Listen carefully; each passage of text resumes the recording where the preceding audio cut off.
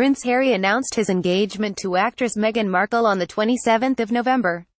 And this was news. Big news. So much so that the BBC dedicated over 50% of its coverage to the royal announcement. But it forgot to cover some of the other big stories of the day in quite as much detail. So here's the roundup of what else happened on the 27th of November.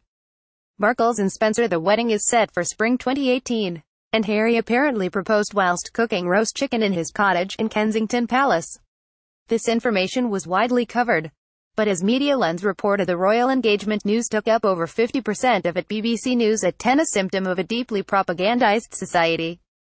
Tokenistic references to race and equality aside, the essential message is always the royal family as a force for stability, not a symbol of grievous class inequality. Pic.twitter.com 9 Sigbaruko, Media Lens at Media Lens, November 28, 2017. A lot of other things happened on the same day. 21 minutes. Just 21 minutes after the royal engagement story broke, the government announced that benefits will be frozen for the next 12 months, and it means the average working family will lose around £315 a year in real terms. Because of the timing, it's possible that many people may have missed this news.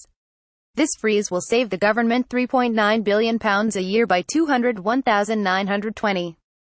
But it will plunge millions further into poverty. And as the Canary previously reported, food prices are already at a 4-year high, and Brexit could lead to a further 33% rise. The move comes as another report has shown that economic inequality in the UK is higher than ever. Humanitarian crisis: the engagement also overshadowed news that a senior Tory had criticised the government. Andrew Mitchell, former International Development Secretary, spoke out against the UK's ongoing involvement in the devastating Yemen war.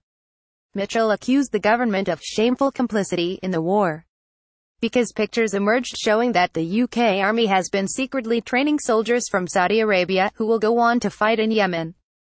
Although the story emerged on the 26th of November, royal news overshadowed more detailed coverage about a war that has been declared the world's worst humanitarian crisis. And a UNHCR report revealed that the Yemen war has left 20.7 million people in need, 1,980,510 internally displaced persons, and 280,096 refugees and asylum seekers. Brexit secrets: key information was redacted from reports given to MPs about Brexit. These reports outline the economic impact of Brexit across 58 key sectors. The government initially refused to release them. But after losing a vote pushed by Labour, it U-turned. And as Harry announced he loved Meghan, the 850-word report was delivered to Parliament. The documents are so heavily redacted that Brexit Secretary David Davis could be in contempt of Parliament. And Labour's Brexit spokesman Keir Starmer said not good enough. The vote was clear binding. Reports in should be handed over. We intend to press this issue. But this story wasn't considered important enough to be headline news. And there's more. A lot more happened too. The first UK civil claim alleging a series of UAL assaults was made against Harvey Weinstein.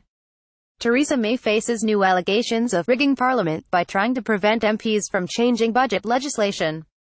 As the Canary reported, May was also accused of trying to hide the cost of Brexit. Bali announced the highest possible level of alert as Mount Agong erupted. But if you had the BBC or glanced at the main media, these stories didn't seem important. How much more news will be conveniently buried in the next few months? Get involved, support the Canary so we can hold the powerful to account. Featured images via Wikimedia.